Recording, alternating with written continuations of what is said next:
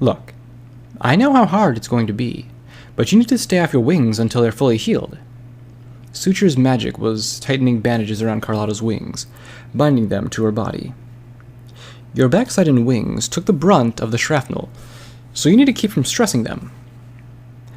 I just didn't understand how a pony his size had a voice as soft as his. Yeah. This isn't the first time I've been through this song and dance. Broken wings are our most common injury.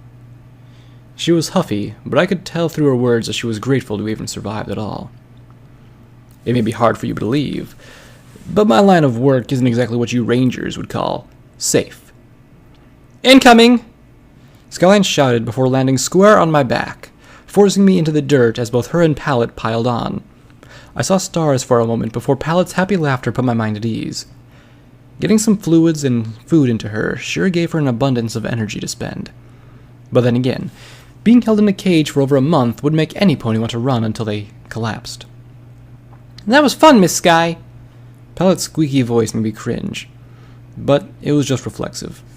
To be honest, I had forgotten how she sounded when we found her in Ponyville. As much as a voice like that would aggravate me normally, today she's the filly that lived. The filly that 42 didn't get to silence. Can we squish him again? I gasped for air as my lungs finally realized that being pressed that much was bad for my health. Carlotta just rolled her eyes as she walked up and hugged Skyline, giving her a long, drawn-out kiss. Skyline flushed through her red coat so much I was sure she was shining brighter than the lamps of the rangers around us. Ew! Pellet rolled off of Skyline and scrambled away with a grin. Kissing's gross! Sky got off my back and turned to me, holding her hoof out with a "I'm sorry if I hurt you" kind of look. In a few years, you may not think the same way. She looked over to Pallet and stuck her tongue out at her, which Carlotta promptly grabbed with her talon. Gross. Come on, kid. I thought you were tougher than that. Carlotta smiled on the go of Sky, kissing her softly on the nose. See? That wasn't so bad. Was it? She pat Skyline on the head, freezing as Skyline hugged a forehoof around her neck and pulled her close. When we get home... Skyline's voice came across as a low growl, soft enough that it was hard for me to hear it at all. Even then, I could only pick up a few of the words. Punishment, bad griffin, scream. The gears in my head locked up, as they knew the context as to what she was referring. I nearly gagged as I got to my hooves, cantering down to the quarry as fast as I could go without tripping, which, as it turns out, meant I should have been going slower. I tripped and flopped onto my face, the rest of my body leaving the momentum to rise up and painfully drop down ahead of where I had been. I let out a soft groan as a fine layer of dust covered me, and Carlotta's uncontrollable laughter filled my ears. Laugh it up, fuzzball! I called out, getting to my hooves as Longbow and Maple trot from the entrance of the bunker. Using my hooves to pat myself down, I realized that one of the rocks had drawn a light gash across my burnt flank. I did the best to wipe the blood off my hoof and onto my coat, shaking my tattered mane while the two stood a few feet from me. Find any traps at the entrance? No, but I suspect it's hard to trap a hole, like the one she made going in. Longbow's voice was filled with more than just a few notes of fear. It looks bad in there. No bodies, but there's blood smeared everywhere. The interior lights are also off. Possibly an issue with the main reactor. The secondary seems fine, as it's powering the exterior lights and emergency lighting inside. Maple started up, trying his best to hide his own fear from what he saw. My own curiosity made me wonder exactly how he looked right now under that helmet. We'll be dividing into teams to make the search faster. You, Frosty, and I will start our search at the reactor level to see if you two can't get the lights back on. Longbow, Searcher, and Casserole will start on the residential level and work their way up. Finally, your Griffin friend, Doppler, and Fruit Cup will search the barracks and command levels. I ran that through my head for a moment, the gears realizing the count was off. What about Skyline? I wasn't going to leave her up here without some pony else to warn her if 42 was around. Longbow took her helmet off with a hiss, levitating it to her side. I thought you said she would make sure Pallet got back to her relatives at 10 Pony when we got her back from 42. Longbow strained her voice through the obvious lie, her eyes telling me she desperately wanted me to go along with her story. Oh, yeah, sorry. I chuckled to myself and shook my head. Been a rough month. My mind... I was stopped as Maple put his hoof to my chest. I was worried he would be angry at my obvious lie, but what he said wasn't at all what I suspected. My son. He really was a good friend to you, wasn't he? His words were painful to hear, tearing into my mind. I looked into the soulless eyes of his helmet, trying to convey just how much he'd meant to me. The best. I sighed as he put his hoof down, his body relaxing enough that I could see it translate through his armor. I'm sorry about my behavior at the base. I didn't know who you were. As you said, it's been a tough month for all of us. He was trying to keep from choking up as he spoke. It may not have been obvious to the others, but I could hear him slowly breaking down. I just wish I could have known him better. The light of the entrance went down, plunging most of the quarry into darkness. The sounds of power armor auto-loading mechanisms worked nearly in sync, filling my ears with the hiss of Longbow securing her helmet, telling me that it was time to move. Backlash. Say goodbye to Sky, and get Carlotta, and meet us back down here. Longbow barked to me as her headlamp glowed to life. I nodded to her, turning and trotting up the hillside where the others were. Suture had stayed up there to provide illumination for the others, but looked anxious to get down and join the others. Sky, take Pallet to 10 Pony. It felt good to use such a stern tone with her when I actually had a good reason to do so. She looked like she was just about to speak up, but she knew that we couldn't take Pallet in there with us. She simply nodded sadly, pulling Pallet close to her. Pallet, do you want to go see DJ Pond 3? She asked softly, her voice wavering as she looked back to Carlotta and I. He's the radio stallion. I promise you'll like him. Pallet smiled and dove at Sky's legs, latching on and nuzzling it with a squeeze. He's so neat. He was always talking through the box thing at the store back home. She squeaked and smiled before looking over to us, her expression slowly slipping. She let go and galloped over to Carlotta, pressing her chest plumage as she tried to hug her. Thank you for saving me. I don't care if you do gross stuff. Just please come back and see me. I'd never seen this look on Carlotta's face before, as tears came down her cheek, pulling Pallet close and hugging her tightly. Don't worry. I will. This is what Carlotta looked like when she was happy. Not when enjoying herself, not when having fun, but pure and simple happiness. As Pallet let go and ran back to Skyline, Carlotta's expressions stuck just long enough until she saw me staring. What? Nothing. It's just nice to see you smiling is all. I rolled my eye and nodded towards the quarry. Come on. The others need us to help. You haven't seen me really smile until you've seen me on payday. She cooed as she turned and rose to her legs. And this made me cringe, just for the fact that I had no idea how much she was going to ask for. Oh, and what a smile I will have this payday. With the fear of just how much I would owe Carlotta keeping all the other fears at bay for the moment, Maple, Frosted Cakes, and I made our way down the flights of stairs, closely followed behind Longbow's team. They split off from us as they hit the landing below. The clinging of their armor down the dark hallways eerily echoed over the stomps of my own team, only momentarily.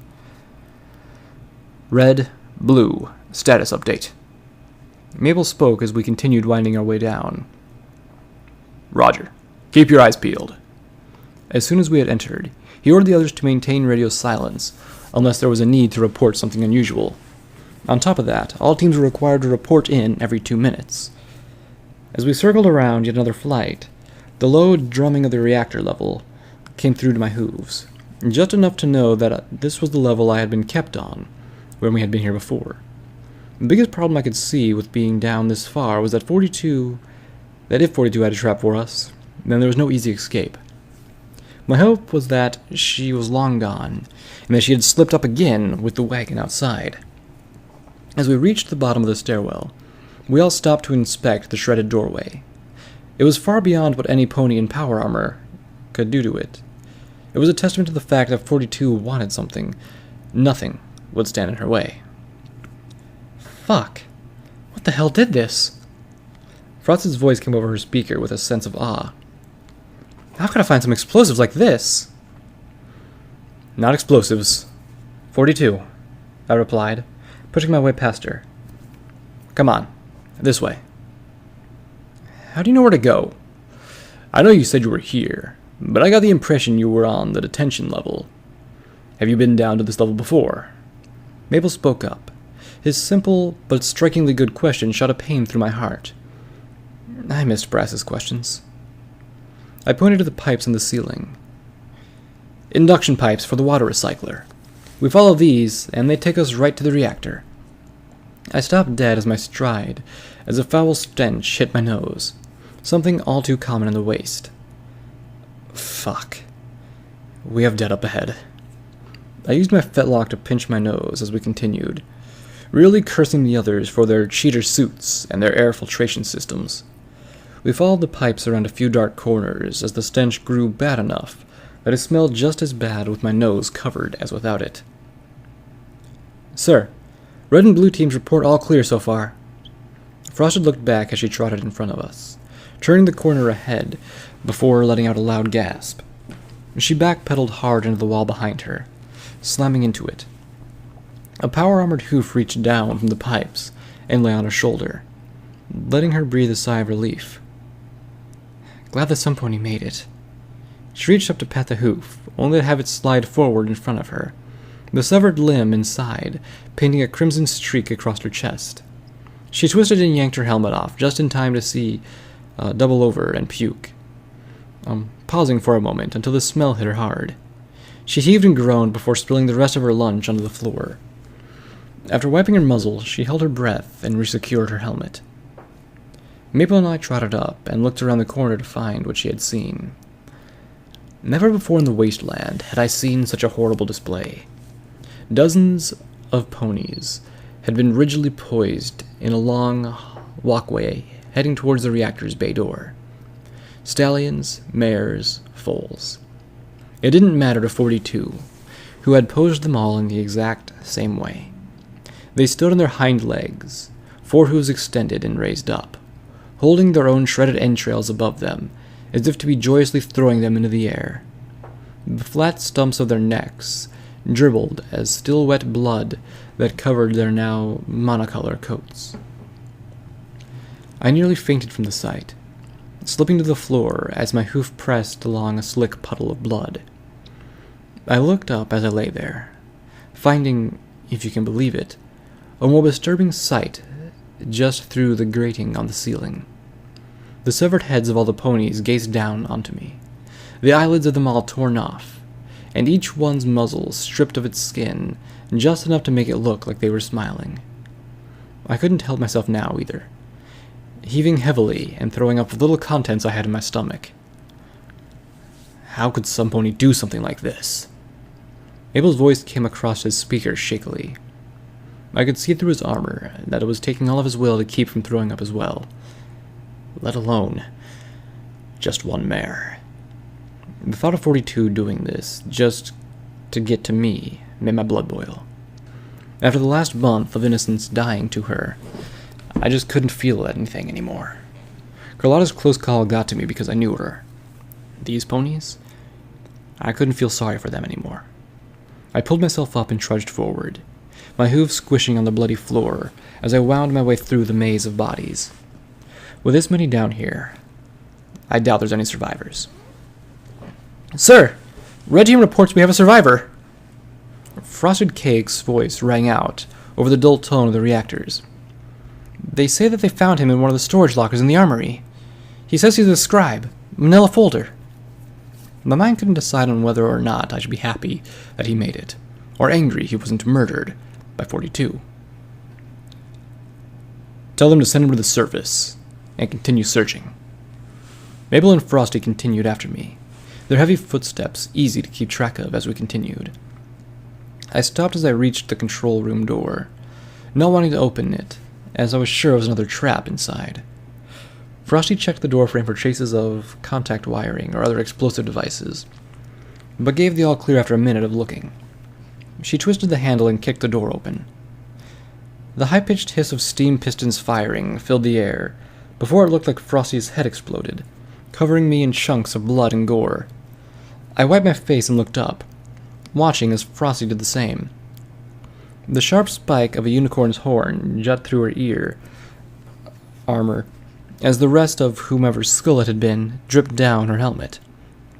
And the long, deep gouge on her helmet, telling me that if she had been the one to open the door, I'd have been dead right now. Fuck! Frosted Cakes roared as she hoofed the horn from her ear, the repair and medical functions already starting to close the gaping holes. This bitch is dead if I find her. No pony deserves to be used as a weapon. This is just sick. This is what she does. If we don't stop her, then more of this is what is coming to the wasteland. I entered the room and headed straight for the control panel. Even without the dim lights of the others' lamps, I could already feel myself straining to understand what to do.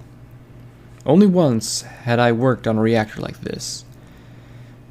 Jin had needed my help in fixing one of the turbines to Friendship City's external backup generators, but that was years ago, and much more straightforward with what was wrong.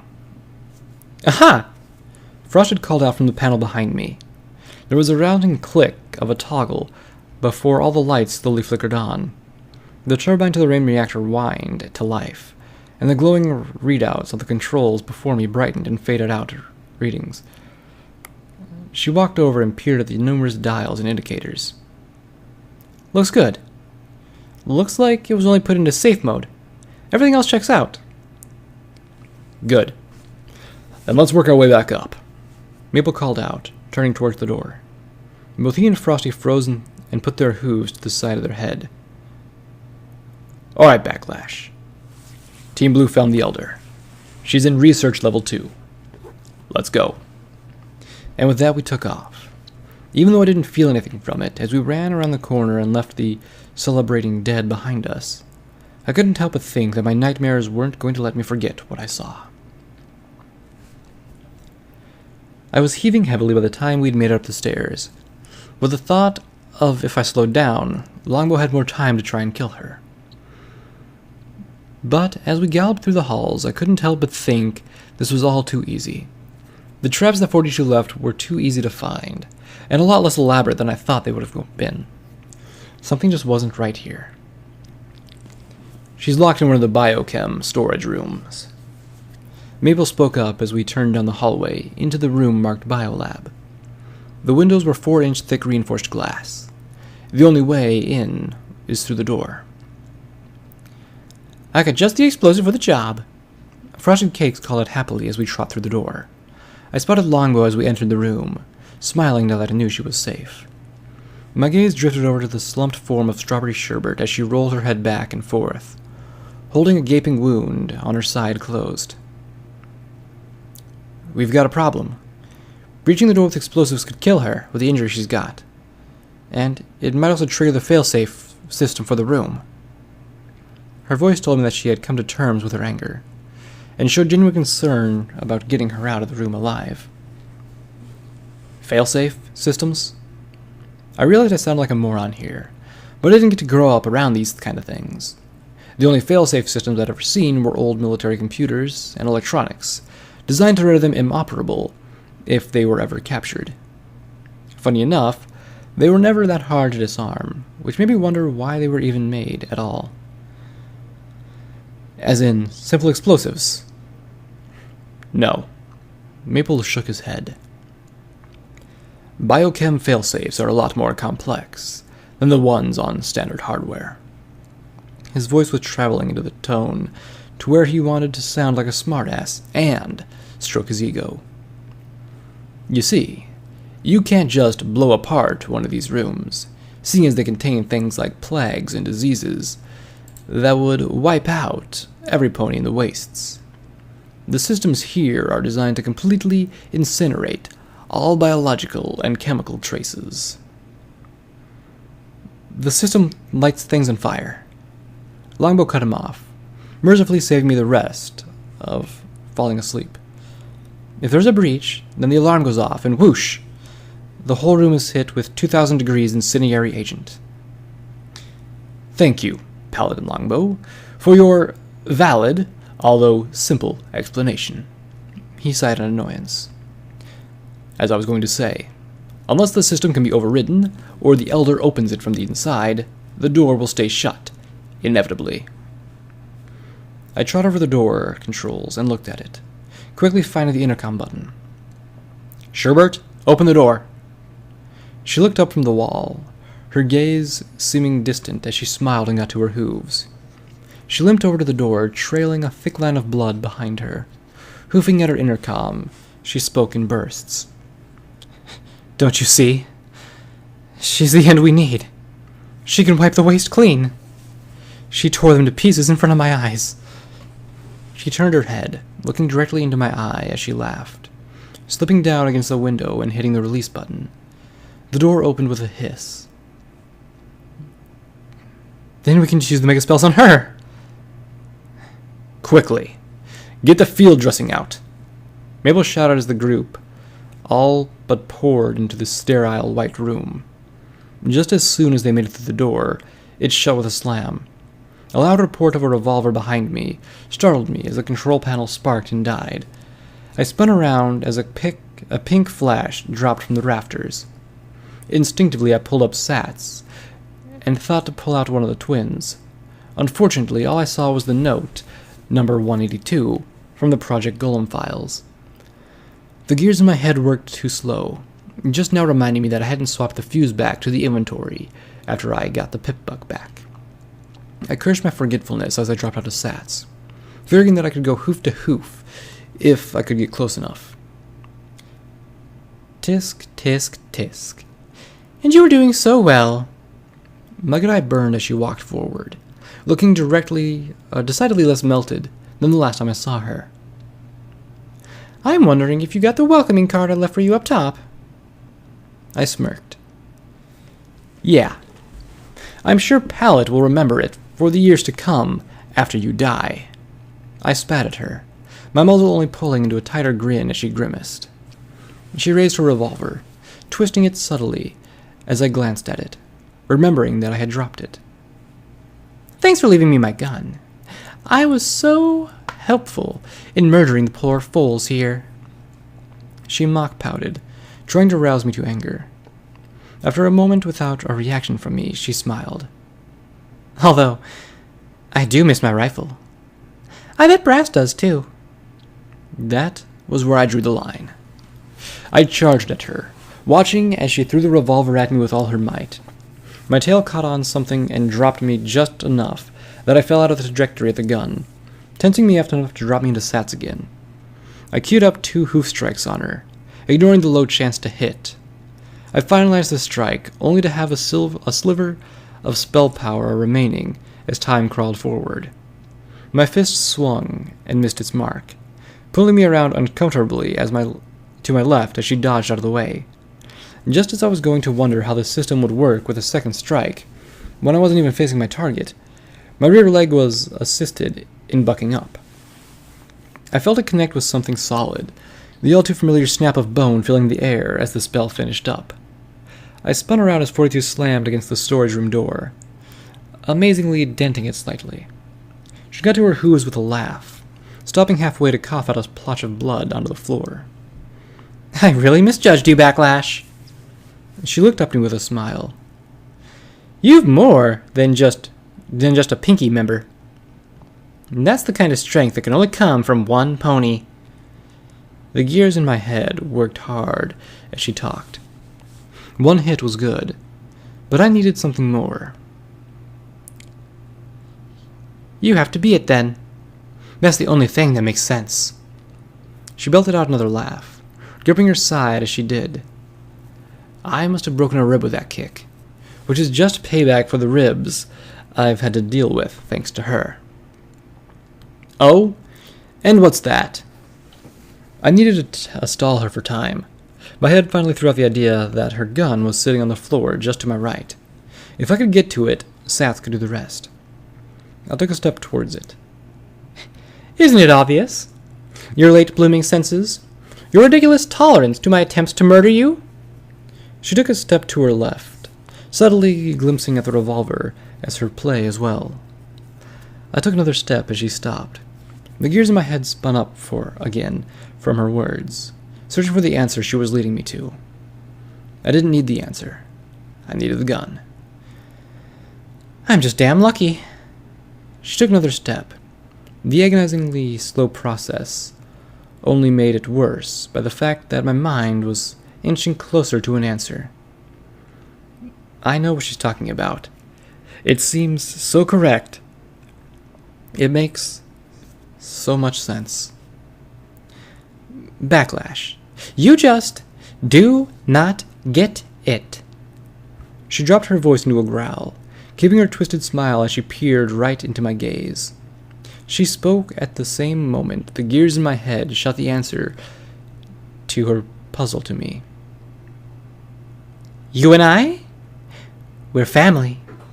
They took my foal from me before they locked me up. Sent her away to some boarding school in Hoofington. 124 years later, and my progeny lives. I missed my step, letting her throw herself to the revolver and point it up at me. We can rule together, you and I. Why can't you just understand that we're better than them?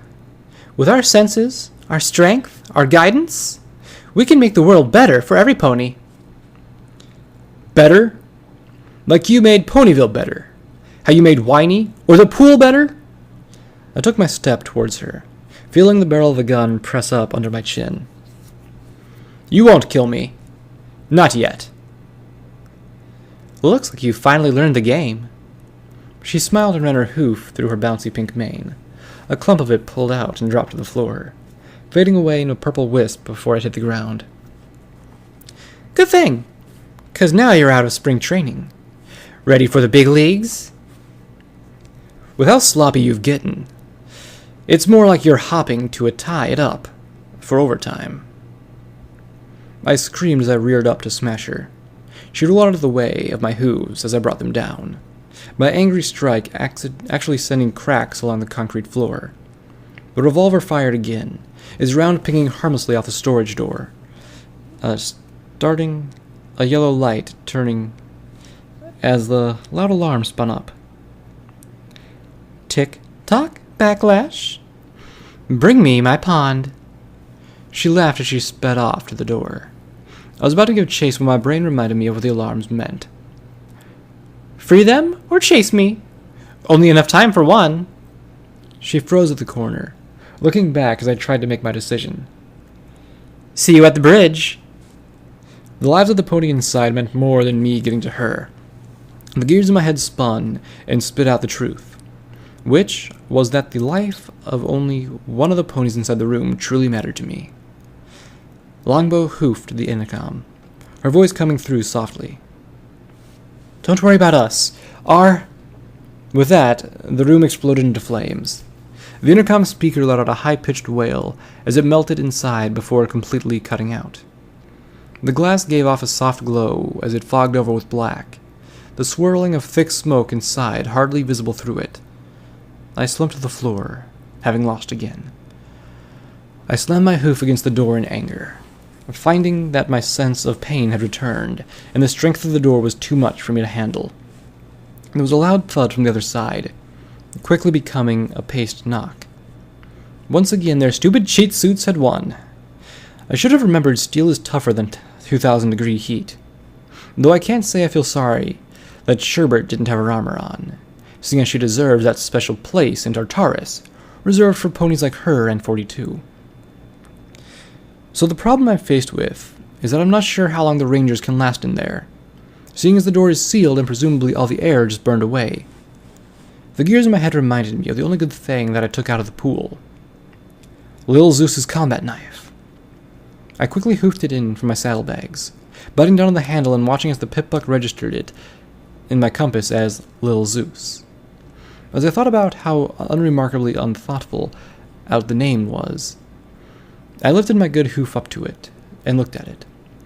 This was going to suck, but it'd be worth it if I could save Longbow. Now, I just need a quick flick. As I pushed the blade down, I realized I hadn't compensated for how smoothly it cut, slicing much deeper than I thought.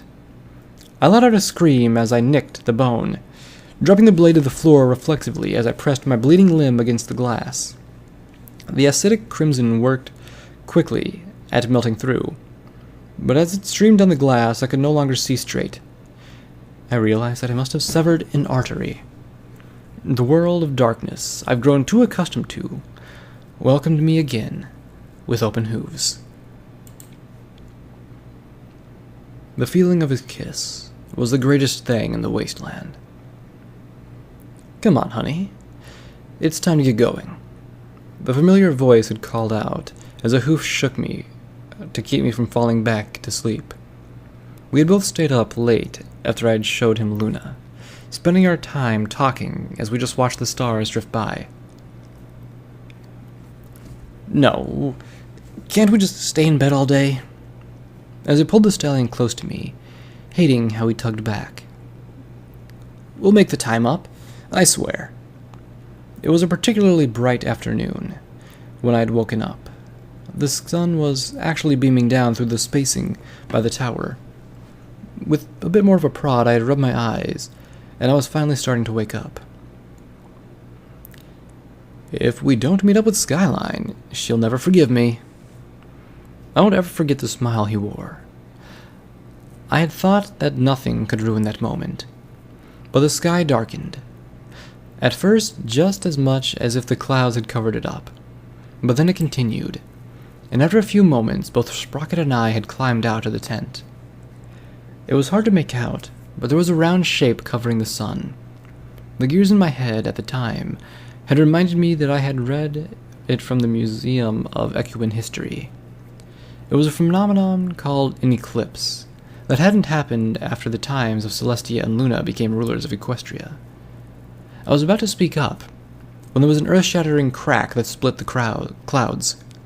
It was so loud that I had felt it move the ground. Little did I know that it had. What the hell was that? I had spoke with a smile, amused at the moment for how odd it was. But that changed when I looked up to find Sprocket whimpering in the grass. A gaping, hoof-sized hole punched clear through the back of his stomach. I had been a fool, not stocking up on something as good as Hydra before we left, when that was the only thing that could have saved his life. So there, Sprocket died in my hooves, shot down by a star metal meteorite in Luna's anger for showing her off. I blinked, and I was floating in the dark sea once again. The bright, silver disk in the sky hung over the cold water, the shape of the mare in it seemingly watching me back. The water grew colder, drawing me down as I knew it was time to head back. As the darkness filled my eyes, I welcomed it warmly, knowing that I had still kept my promise since that day. I would not make that mistake again.